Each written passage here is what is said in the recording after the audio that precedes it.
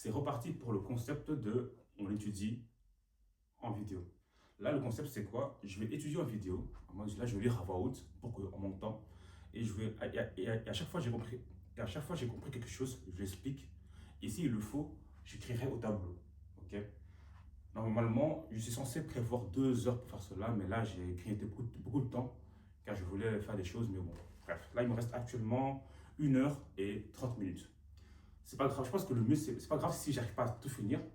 Le mieux, c'est que je fasse ça de manière, on va dire, posée. En même temps, je travaillerai mon articulation. En même temps, non, oui, en même temps, oui. En même temps, enfin, ce sera plus facile pour vous de comprendre ce que je dis si je parle lentement et normalement. Ok, c'est parti. Là, on va voir le chapitre 2 sur origine physique. Ça, on va, voilà. C'est juste pourquoi on est amené à la physique quantique. Genre, ce qu'il y a eu avant qu'on s'est dit que, tiens, on va créer une théorie qui, on va dire, explique ce qui se passe à l'échelle quantique. C'est parti. Et comme je l'ai dit, je vais expliquer les choses qui valent le coup au tableau avec mes feutres.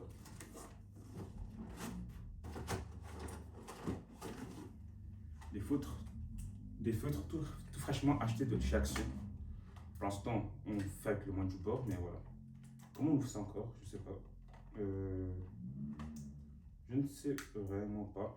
On va prendre, bah attends, je vais le paquet. On va prendre du bleu et du noir pour l'instant. Enfin, voilà, c'est mieux comme ça. On va tous les prendre. On va tous les prendre. On va tous les prendre. Du coup, origine, je vais écrire quoi? Je mets ça ici.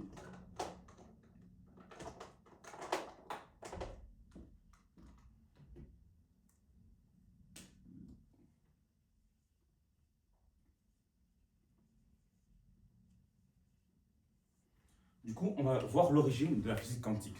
C'est parti. Top chrono. Ok. On va voir d'abord le spectre atomique. Puis, on va voir la constante de Planck. Ensuite, on va voir particules de lumière. Je pense qu'on va parler des photons et comment on les décrit. C'est les grandeurs qu'on peut lui quantifier, on peut lui attribuer. Et on va voir, pour finir, on va voir les ondes de matière. Et après cela, ce qu'on va voir, c'est tout. C'est voilà. 4 parties pour ce chapitre-là. Et puis on passe au chapitre, à mon chapitre.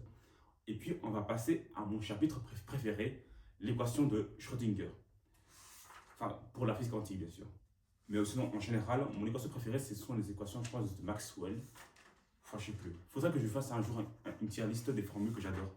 Car moi, j'adore les équations et les formules. Enfin, juste les équations. Les formules, bon, sans plus quoi. Alors que c'est la même chose. Hein. Du coup, voilà. On va commencer par les spectres atomiques. Le fait que je commence. Hein. Le fait que la matière émise par un gaz, le fait que la lumière émise par un gaz incandescent est composée de raies à des longueurs d'onde bien précises est connu depuis le XVIIIe siècle. Ces raies sont appelées raies d'émission. Si par contre de la lumière blanche passe au travers d'un gaz, des raies sombres appelées raies d'absorption apparaissent dans un spectre lumineux.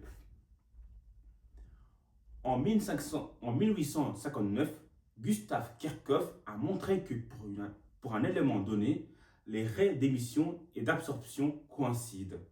Cela l'a conduit à comprendre que les longueurs d'onde de ces raies sont des caractéristiques de cet élément. Cette découverte et ses généralisations à d'autres types de raies sont à l'origine de nombreuses méthodes spectroscopiques actuelles d'analyse de composition d'un corps. En gros, ce qu'on est en train de dire, c'est que quand on chauffe un corps, eh bien, elle émet de la lumière. Et quand on lui donne de la lumière, elle absorbe de la lumière. Mais pas tout. Si tu prends un gaz, et tu le chauffes, on va dire, eh bien, le gaz, ce qu'il fait, il va émettre de la lumière.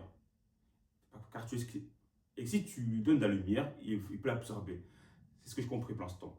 À tout moment, je confonds, mais voilà, c'est ce que j'ai compris. Mais c'est pas trop important ça, je pense, parce que là où c'est important, c'est vraiment la suite. En 1885, John Ballmeier a découvert que les 4 raies visibles de l'hydrogène atomique observées par Anders Armstrong présentent une structure régulière donnée par la formule lambda est égal à 364,6 n carré sur n carré moins 4 nanomètres. Ok. D'abord, j'écris la formule. Du coup, Ballmeier a vu que les raies que présente l'hydrogène, imaginons que les raies ce soit du rouge, j'invente, hein, c'est pas ça les raies, mais voilà, histoire que tu puisses visualiser, du bleu, du vert, attendez, oh, elles sont nouvelles les feutres, ça veut dire que c'est compliqué un peu à les ouvrir. Bon. Waouh. Bon. Doucement, on va juste ouvrir ça normalement. Et imaginons qu'il y a du noir.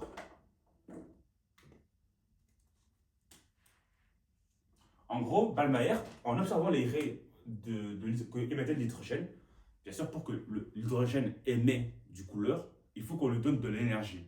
C'est d'où l'intérêt de chauffer les gaz. L'hydrogène, enfin, le dihydrogène est un gaz, du coup, on parle de l'hydrogène en réalité.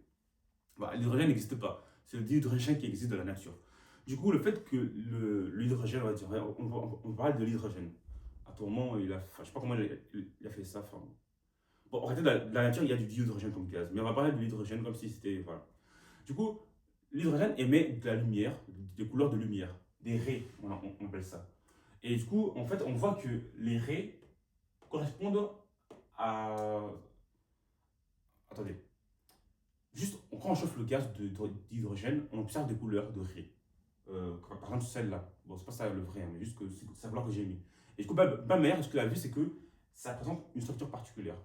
Du coup, comment il fait le lien entre la structure des raies et la formule qu'il a établie?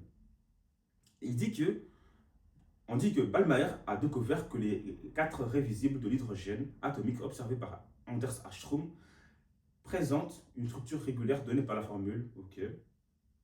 Enfin, sûrement par la suite, on va comprendre pourquoi, c'est quoi le lien entre les raies et la formule qu'il a établie. D'abord, écrivons la formule qu'il a établie. En gros, attendez, j'enlève ça. En gros, lambda indice n est égal à 360. Je ne sais plus quel nombre c'était. C'est 364,6 fois n carré sur. Attendez, hein. Je ne peux pas. Oui, n carré moins 4. N carré moins 4 nanomètres. C'est bien ça, hein? Ok, voilà. Du coup, Ballmeier, il s'est dit qu'il a analysé les couleurs qu'un autre physicien ou scientifique a découvert. Le scientifique, ça. Du coup, Armstrong, un scientifique, avait fait l'expérience et a vu que l'hydrogène émettait des couleurs précises. Et Ballmeier, ce qu'il a fait, c'est qu'il a analysé ces couleurs et a vu qu'ils avaient une structure particulière. Quelle structure? Je ne sais pas. Mais là, on peut voir qu'il y a quand même une structure rouge, bleu, jaune, non, vert, et bref. Du coup, il a pris une formule pour quantifier le phénomène qu'il observe. Lambda, c'est juste la longueur d'onde. Du coup, le n, on va dire que, bon là, je ne sais pas dit, hein, mais ça, c'est un truc que je sais. Le n ici, c'est le niveau de, tu vois, l'électron. D'après le modèle de Bohr, tu as ici l'hydrogène et tu as les couches de laquelle l'électron peut occuper. Et on va dire que l'électron, ça c'est le niveau n égale à 1, on va dire. Le niveau n égale à 2, le niveau n égale à 3. C'est un exemple, hein. Attends, je ne connais pas les détails de ça, mais c'est un délire du genre. En gros, ça c'est le modèle de l'atome, ça c'est le modèle de Bohr. Elle ne marche que pour l'atome d'hydrogène, mais pour le reste, on voit que c'est pas trop la même chose. C'est pas tout à fait ça. Et du coup, selon Ballmeier, d'après normalement, de toute façon, on verra dans le cours, que en gros, si tu chauffes, on va dire l'électron de l'hydrogène, on va dire il est là. L'électron, il est là, ok? Si tu chauffes l'atome d'hydrogène, l'électron qui se trouve là peut aller là. Tu vois, tu donnes de l'énergie. Et quand il se refroidit, eh bien, il revient là où il était. Et quand il revient là où il était, il libère de l'énergie sous forme de lumière. C'est pour ça que c'est comme ça qu'on observe ça. tu chauffes le gaz, et puis dès qu'il refroidit, il émet la lumière. Et la lumière qu'il émet, est li- et la lumière qu'il émet est liée à la longueur d'onde. Enfin, tu vois, la lumière, le rouge, elle a une longueur d'onde particulière. Le bleu a une longueur d'onde particulière. Encore, les couleurs ont une longueur d'onde parce que, n'oublie pas que la lumière est une onde électromagnétique. C'est-à-dire que chaque gamme de couleurs de la lumière, on va dire, correspond à une longueur d'onde de l'onde électromagnétique. Une onde a toujours une longueur d'onde. On verra c'est quoi une longueur d'onde si c'est nécessaire, mais voilà, on va dire que tu sais ce que c'est. Tu sais ce que c'est. Et du coup, voilà, chaque couleur correspond à une longueur d'onde. Et du coup, la couleur qu'on observe, on peut la prédire avec cette formule-là.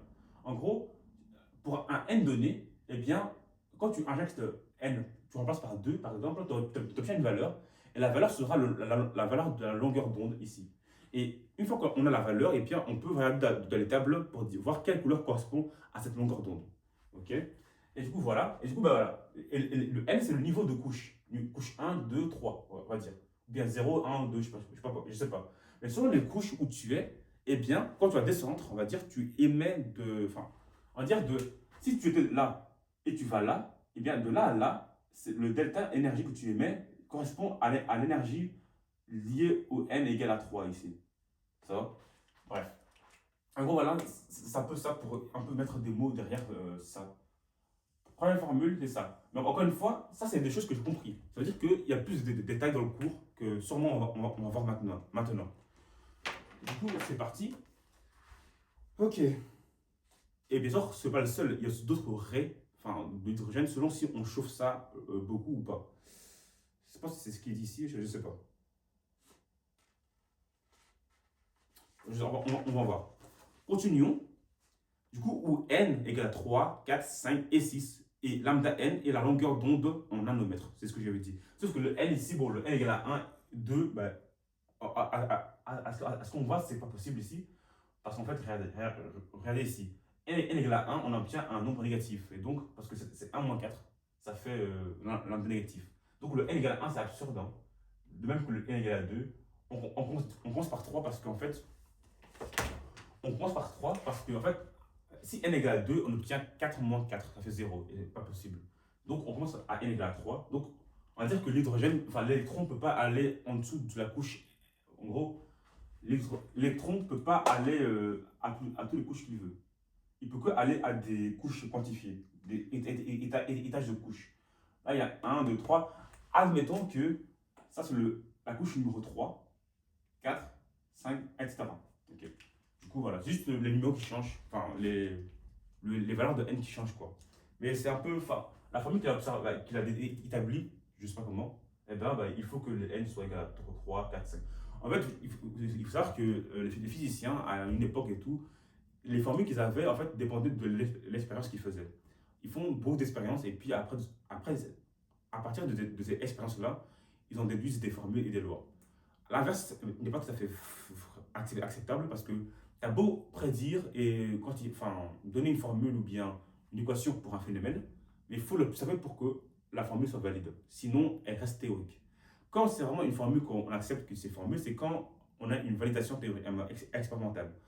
Et inversement, si on arrive à faire quelque chose expérimentalement, eh bien, à partir de l'expérience, eh bien, on peut trouver une formule qui décrit cela. C'est ce que Ballmeyer a fait ici. Cette formule-là, c'est une formule expérimentale. Lui, il ne savait pas pourquoi c'est comme ça. Il a juste vu que selon les couches occupées par...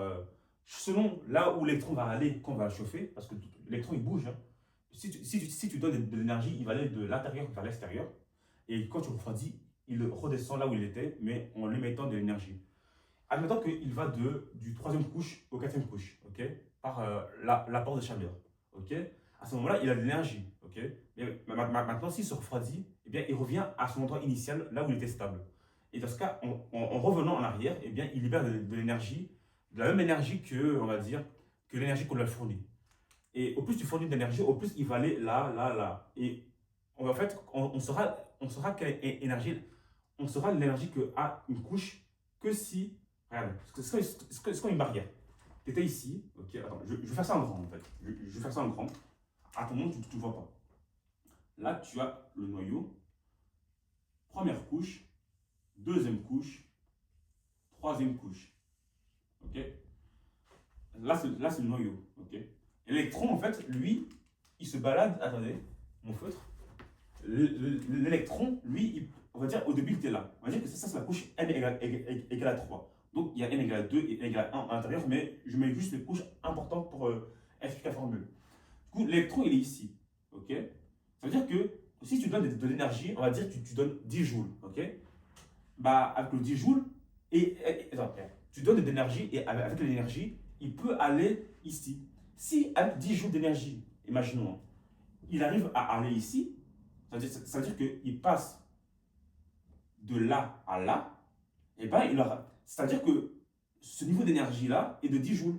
C'est-à-dire qu'il faut 10 joules pour arriver à là. Du coup, l'électron a eu l'énergie nécessaire pour aller de là à là. Et du coup, là, l'énergie requise pour que l'électron arrive à ici est de 10 joules.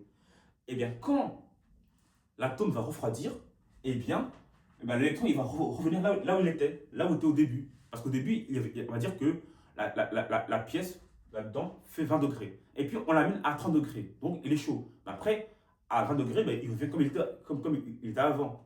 Et du coup, l'électron, quand l'atome refroidit, eh bien l'électron il revient là où il était au début. Et bien sûr, il va libérer l'énergie. Voilà. Et il va le libérer sous forme de lumière. Et la lumière aura une longueur d'onde. La lumière aura une longueur d'onde particulière. Et si c'est rouge, ça veut dire qu'on sait que la longueur d'onde, c'est. Enfin, on connaît les longueurs d'onde des couleurs de l'arc-en-ciel. Et du coup, selon la couleur qu'on voit, on peut déduire l'énergie qu'il a libérée, quoi. On peut lier l'énergie à la longueur d'onde. Ça, c'est facile à faire. Mais du coup, voilà. Et du coup, la couleur qu'on obtient ici, on va dire les couleurs qu'on obtient, en tout cas, les couleurs correspondent à des longueurs d'onde et correspondent à un niveau d'énergie. Donc, ce qu'on observe ici, on peut le décrire par cette formule-là qui dépend du couche que l'électron atteint. L'électron ici, il va du couche 3 à 4. Donc, dans ce cas, le n il sera égal à 4 ici. Et du coup, on peut voir, si on repasse le n par 4, on peut voir l'énergie, enfin, on peut voir la longueur d'onde. Et avec la longueur d'onde, on pourra voir la lumière. Mais en réalité, ça a été fait, comme j'ai dit, de manière inverse. On voit la lumière et puis on déduit de la longueur d'onde. Et puis, voilà. En gros, c'est un peu ça. Enfin, la formule, c'est ça, mais juste, il faut garder en tête que tout ça a été fait de manière expérimentale. Et donc, avec l'expérience, les couleurs qu'on a vues et les longueurs d'onde qu'on a vues, on a vu que ça correspondait à une relation avec les niveaux de couche. Bref, je ne sais pas aller plus loin que ça, mais voilà. En tout cas, on comprend juste deux choses. Un, que l'électron peut aller de là si on lui donne de l'énergie et peut revenir en arrière si on refroidit. Du coup, il libère l'énergie qu'il avait emmagasinée pour être là. Et du coup, nous, humains, on reçoit de la lumière. Et la lumière, on peut en déduire que voilà, telle lumière correspond à telle longueur d'onde. Et du coup, de là, on peut déduire que ce truc-là a été vérifié. Quoi, si on a eu cette lumière-là, alors le N, il était forcément ici. J'imagine que, en fait, j'imagine que les niveaux de couches ont été calculés. Enfin, je sais pas comment ils ont fait, mais voilà, ils ont obtenu ça de manière expérimentale. Voilà, on va continuer parce que là, j'ai fait un peu trop long. Je n'aurais pas dû. Je fais comme si j'allais poster la vidéo alors qu'en soi, elle n'est pas assez scientifique et qualitative pour que j'en poste. En tout cas, dans une chaîne si sérieuse sur les sciences. Peut-être dans cette chaîne ici, je vais la poster parce que, écoutez, le principe c'est de faire quoi? D'étudier et d'expliquer. C'est pas de donner cours. Donc voilà. Si ça vous dépanne, tant mieux. Sinon, c'est pas grave. Passez votre chemin, c'est pas la fin du siècle. Quoi. Voilà, on continue. Du coup, ok. Ballmeyer a utilisé cette formule pour prédire avec succès d'autres raies d'hydrogène dans l'ultraviolet. En gros, la formule qu'il a pu découvrir grâce aux expériences et à ses observations, eh bien, du coup, il a pu prédire. Par exemple, vu que s'il a eu de haut, enfin, si il remplace le n par 4, eh bien, ça correspond à telle lumière. Et donc, ça veut dire que si on chauffe l'atome pour que l'électron aille de là à là, eh bien, il a vu que dans la vraie vie, ça donnait vraiment la couleur correspondant à cette longueur d'onde-là. On va dire que j'imagine, hein, après, en voyant ça, j'imagine que en fait, les couches ici, leur énergie, leur niveau d'énergie était connu à l'époque, j'imagine. Ils ont trouvé un moyen de quantifier, et voilà. Et donc, bah, et là, juste l'enjeu, c'est de voir si, est-ce que, si je chauffe assez pour arriver à cette couche-là, est-ce que j'obtiens la couleur que cela correspond. Ça peut être un truc que je peux donner maintenant. Là, on peut lire un peu le plan et après donner une explication. Après quelques transformations, cette formule allait être une des bases du développement. Après quelques transformations, cette formule allait être une des bases du développement de la mécanique quantique. En 1889, John Rydberg propose d'écrire la formule en utilisant l'inverse des longueurs d'onde. En gros, c'est un autre scientifique qui veut prendre cette formule-là et au lieu d'écrire lambda égale à ça, il veut inverser, il faut exprimer tout ça en 1 sur lambda. Et du coup, ça donne quoi? Du coup, tout ça, enfin, ça revient à. Comment dire? Ça revient attendez, hein. Du coup, si je comprends bien. Ok. Bref. Il a réussi à exprimer ça d'une manière qui est que. J'écris ça ici.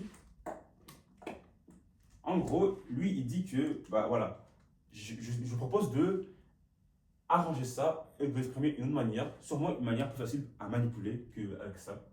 Enfin, peut-être c'est plus facile, c'est peut-être plus facile de travailler avec des 1 sur 1 versus. Je ne sais pas pourquoi, mais voilà.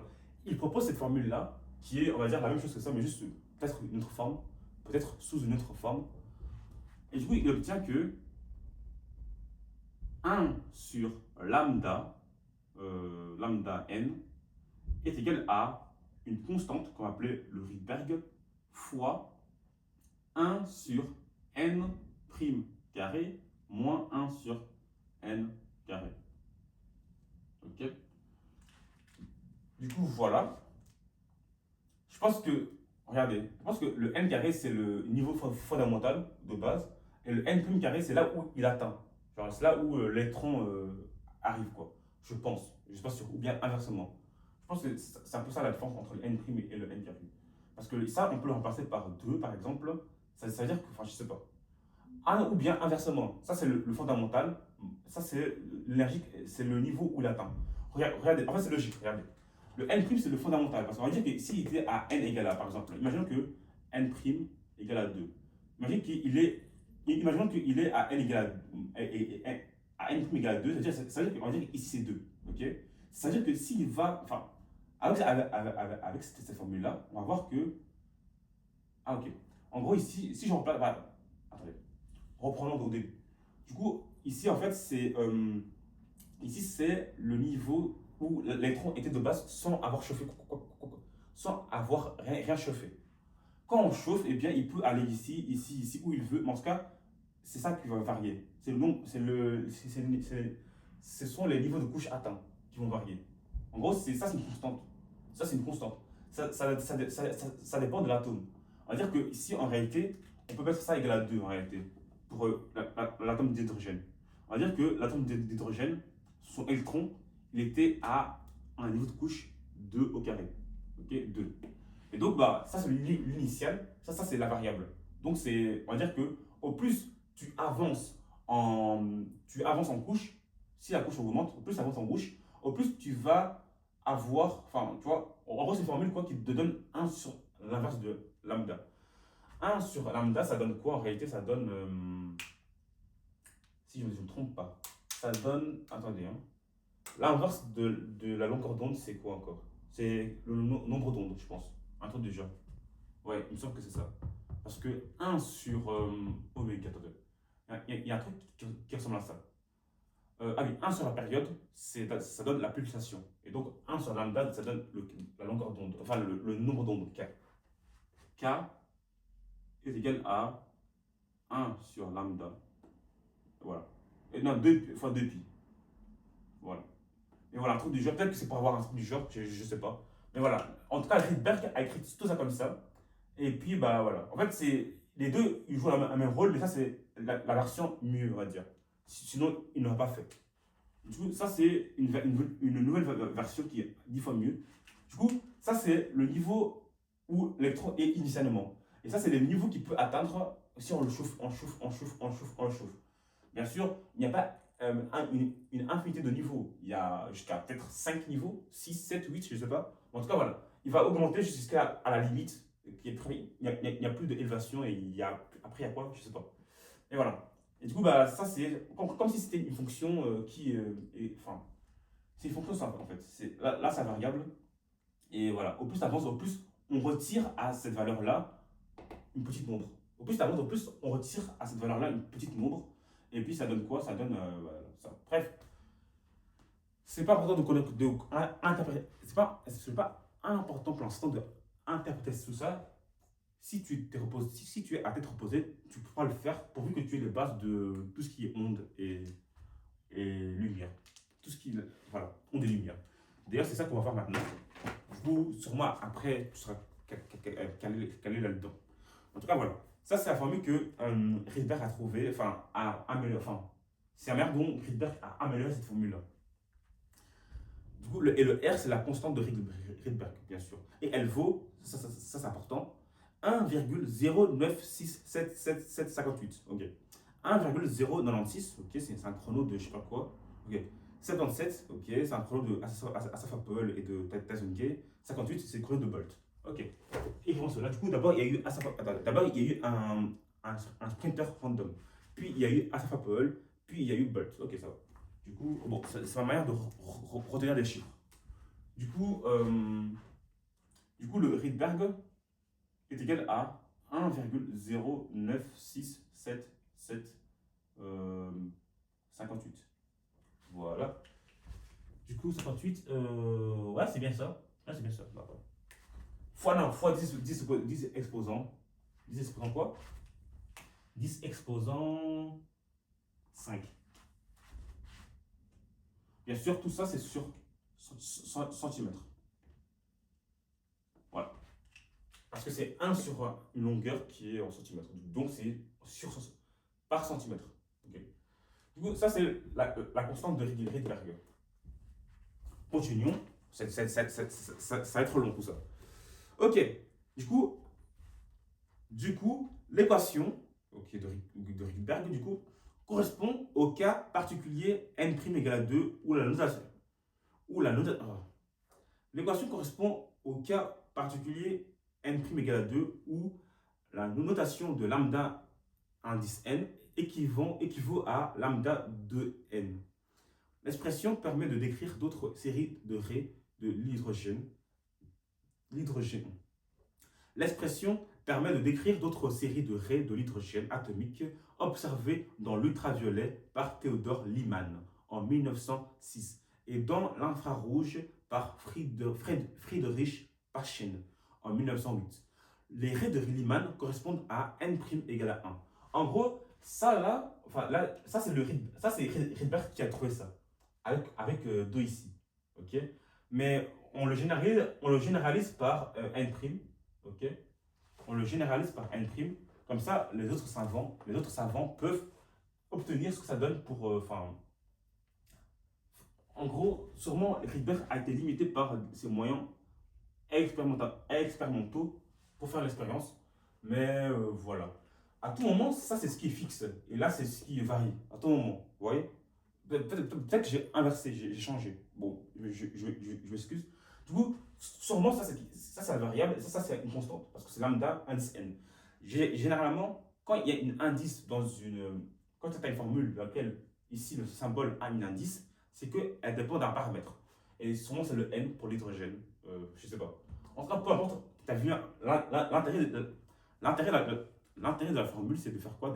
C'est de prédire les différents raies qu'on aura pour l'hydrogène, selon le niveau que l'électron de l'hydrogène atteint de couche, le niveau de couche qu'il atteint. Et du coup, voilà, on continue.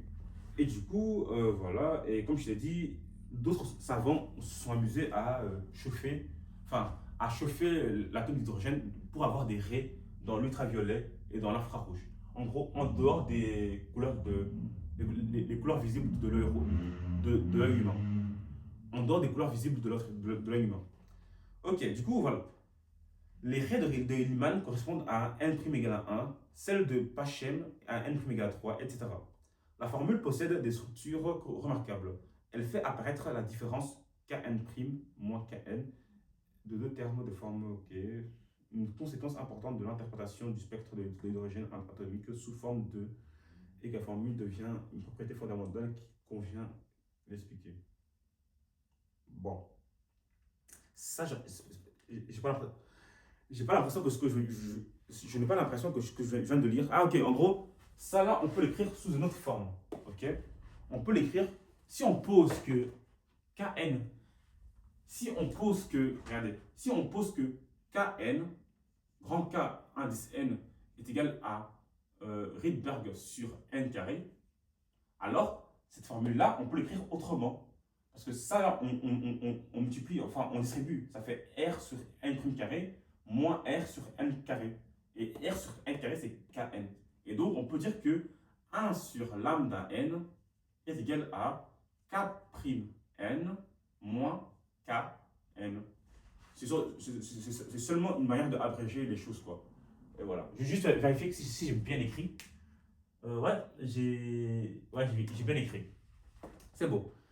Ok, et puis en 1913, Niels Bohr a proposé un modèle basé sur d'autres découvertes que nous allons exposer au paragraphe suivant. Ce modèle de l'atome permettait d'expliquer la formule 2.5, c'est la formule ça quoi. Ok. Ok, attendez. Ce modèle d'atome permettait d'expliquer la formule, ok, cette formule-là. Son principal mérite était d'expliquer la valeur de la constante de Rydberg à partir d'autres constantes physiques fondamentales connues. En gros, on voulait expliquer un peu, enfin, expliquer quoi? Je ne sais pas. Peut-être juste. Je pense qu'on voulait juste relier ça aux constantes physiques qu'on connaissait de base, ok? Pour dire que, bah voilà, on voulait l'exprimer en fonction de d'autres constantes qu'on connaissait. Ok, je pense que. Peut-être que c'est comme ça qu'on a obtenu ces constantes-là. Parce qu'on a voulu exprimer le R qu'on ne connaissait pas peut-être, à part des constantes qu'on connaît. Et puis on obtient la valeur ici. Sûrement Rydberg a eu cette formule-là, mais le R, il ne le connaissait pas. Et on pouvait le trouver expérimentalement. Et du coup, ce que Bohr a fait, c'est qu'il a voulu relier le R à d'autres constantes physiques et pour avoir ça. Ah non, ok, non, j'ai compris. En gros, ça a été découvert expérimentalement, mais Bohr a voulu lier ça, en gros, trouver d'autres constantes physiques qui faisaient qu'on avait cette valeur-là. C'est ce que j'ai compris. Du coup, je disais, son principal mérite était d'expliquer la valeur de la constante de Rydberg à partir d'autres constantes physiques fondamentales connues. En gros, c'est ça que je veux dire. En gros, il voulait juste dire que, ok, cette valeur-là est logique. Je vais lier le R à d'autres constantes physiques et vous allez voir qu'on obtient cette valeur-là. Bien sûr, des constantes qui ont un lien avec l'unité ici. Tu vois, il faut quand même que. Voilà, on va dire qu'il y a une formule, on lie le R à une formule qui fait qu'on a un résultat par centimètre. On a un résultat en nombre par centimètre. Et ainsi, on peut dire que ces relations-là qu'on a eues avec les constantes qu'on connaît donnent cette valeur-là. Pour faire simple, il voulait. Attendez, quand même, je le relis. Son principal mérite était d'expliquer la valeur. Du coup, on va expliquer la valeur, ok? Pourquoi expliquer et comment on va expliquer? Je ne sais pas. Pour expliquer la valeur. Ok, son principal mérite était d'expliquer la valeur de la constante de Rydberg à partir d'autres constantes physiques fondamentales connues. Par contre, il ne donnait pas de bons résultats pour les atomes à plusieurs électrons. La théorie de Bohr, qui est appelée l'ancienne théorie des quanta, a fini par être remplacée par la théorie présentée dans le cours, voire chapitre 6. Sûrement c'est la théorie, je sais pas quoi. Je pense que c'est. Ah ok, c'est la physique quantique, mais c'est pour les atomes 3 fois. Bon, on s'en fiche un peu. Chapitre 6, c'est où ça? Non, c'est pas ici. Chapitre 6. Chapitre 6, c'est pas ici, c'est. Ah oui, voilà. C'est ce que je me disais. En gros, il y a un chapitre dans lequel on voit l'équation de Schrödinger, qui, on va dire, c'est le vrai modèle qu'on utilise pour calculer, enfin, pour prédire et calculer les phénomènes quantiques. Et du coup, bah, dans ce chapitre-là, tout ça sera expliqué. Bohr, juste pour l'instant, il a essayé d'expliquer tout ça avec des trucs qui marchent, hein, mais que pour l'hydrogène. Et pour le reste des atomes, ça ne marche plus. Et du coup, l'équation de Schrödinger à 3 dimensions va expliquer ça et pour aussi aller plus loin pour les autres atomes. Pour les autres atomes. Du coup, ça veut dire que l'équation de Schrödinger est un modèle, une théorie plus forte que celui que Bohr avait fait que pour l'hydrogène. Ok. Du coup, voilà, c'est bon. Maintenant, on passe à la constante de Planck. Donc ça, je vais effacer. Du coup, pour l'instant, qu'est-ce qu'on a appris? C'est juste qu'on a vu que bah, les physiciens ont fait expérimentalement des expériences et tout, et ont vu des raies. On va dire, par exemple, c'est Armstrong qui a eu les raies de l'hydrogène. Et du coup, bah, Bohr, par exemple, Ballmeyer, il a analysé les raies que Armstrong avait trouvées, Armstrong, je pense, avait trouvées, et il a réussi à en déduire une formule qui les justifie. On va dire que les physiciens aiment bien quand ils observent un phénomène, eh bien, ce qu'ils vont faire, c'est qu'ils vont essayer de trouver une formule qui décrit le phénomène. Comme ça, avec la formule qui décrit bien le phénomène, on peut prédire des choses. Comme par exemple, la couleur qu'on va émettre si on fait en sorte que l'électron va d'une couche ici à une couche ici. Tu vois? On peut prédire la couleur qui va éjecter une fois que, quand l'atome refroidit, il redescend ici. Voilà. Et du coup, voilà. La formule, elle est là. Après, Rydberg, lui, il va faire quoi? Il va vouloir mettre ça sous une autre. Il va vouloir mettre ça sous une autre forme. Celle-là. Et celle-là, elle est pratique parce que, je ne sais pas pourquoi il a fait ça, mais en tout cas, ça a aidé d'autres physiciens à trouver d'autres couleurs de raies que ceux-là, en tout cas à les prédire. Du coup, bah, en soi, on va dire que Rydberg a fait ça pour faire joli, mais ça a aidé d'autres physiciens à, euh, à prédire, on va dire, les différentes couleurs émises par l'hydrogène quand on va au-delà des couleurs de l'arc-en-ciel ou bien inférieures aux couleurs de l'arc-en-ciel. Ici c'est le domaine de l'ultraviolet et ici c'est infrarouge. On a réussi à prédire bah, l'émission de ces ondes électromagnétiques sous ces fréquences après et avant, ou bien sous ces longueurs d'onde après et avant. En gros, n'oubliez pas que la lumière est une onde électromagnétique. Ça veut dire que à une certaine fréquence et une certaine longueur d'onde, eh bien, on peut voir l'onde électromagnétique. Et c'est la lumière qu'on voit. Et ce sont les couleurs de l'arc-en-ciel. Par contre, quand on va au-delà de ces fréquences-là et de ces longueurs d'onde-là, de l'onde électromagnétique, et au-delà, mais en arrière, eh bien, on ne voit plus rien, mais on peut les détecter, et voilà. Et du coup, Lyman et Paschen ont fait cela. Ils ont détecté des émissions d'ondes électromagnétiques dans le domaine de l'ultraviolet et l'infrarouge. Et tout ça, c'est grâce à la formule de Rydberg ici, modifiée de la formule de Ballmeyer en fait. Et du coup, bah, grâce à cette forme-là de la formule de Ballmeyer, eh bien, Lyman et Paschen ont réussi à prédire. Parce qu'on peut le détecter, mais on ne peut pas le prédire. Pour prédire, il fallait bah, se dire que, ok, normalement, à n égale ça, si on arrive à faire que l'électron arrive à n égale ça, on est censé avoir telle couleur ou bien telle longueur d'onde pour l'onde électromagnétique que l'électron va émettre quand il va redescendre dans la couche initiale. Et du coup, bah voilà, et comme j'ai dit, hein, pour faire en sorte que l'électron aille d'une couche à l'autre, eh bien, je pense que c'est comme ça, ils savent le faire. Et en faisant ça, et ben, ils voient que bel et bien qu'il y a la couleur qu'eux voulaient au début. Ok. Voici ce qu'il y en est. Et puis après, on dit qu'on peut écrire ça sous une forme plus compacte qui est Kn' moins Kn, où Kn c'est R sur n carré. Et puis pour finir, il y a Bohr. Lui, il casse la tête. Lui, il casse la tête parce qu'en fait, je dois étudier au cours. C'est-à-dire que pour moi, il casse la tête parce que il a pu fermer sa bouche et ne pas parler en plus. Mais bref, en gros, qu'est-ce qu'il a ajouté? Il a dit que il a réussi à justifier pourquoi le R égale à ça. En utilisant d'autres. Non, pas justifier pourquoi il égale à ça. Ça a été trouvé expérimentalement. Par contre, lui, ce qu'il a fait, Bohr, il a expliqué, on va dire ça, il a dit que ça, c'est logique un peu parce que le R, je peux faire en sorte qu'il soit égal à des constantes qu'on connaît. Par exemple, le C, ou bien C qui est la vitesse. Par exemple, C qui est la vitesse de la lumière, ou encore d'autres constantes comme, je ne les connais pas tous. Ou bien le petit k, qui est le, petit k qui est le, comment ça s'appelle?